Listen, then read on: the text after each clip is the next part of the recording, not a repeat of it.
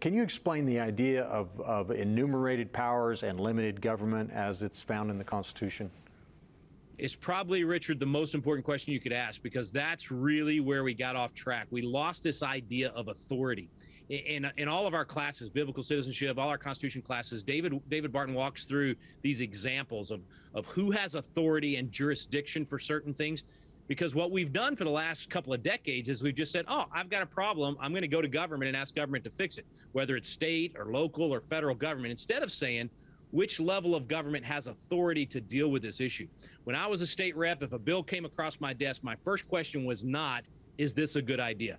My first question was, do I have authority? Did the people of Texas give me authority under the state constitution here to even consider this issue? It might be a real problem that people have. It might be a great solution for that problem. But if it's outside my authority, then it's wrong for me to even address the issue.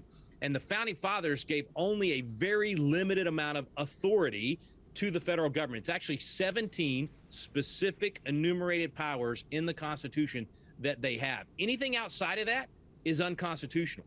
Department of Education, nowhere in the Constitution. FDA, nowhere in the Constitution. CDC, nowhere in the Constitution.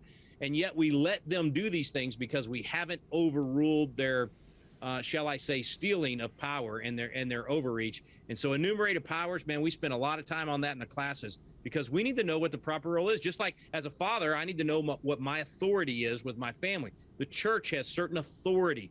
The state has certain authority. None of those entities are bad. The federal government's not a bad entity. I believe government's a God-created institution, and I think our system was inspired by God. The problem is when it gets outside its lane and it's doing stuff it was never supposed to do in the first place, and it's our job, we the people, to put them back in that box.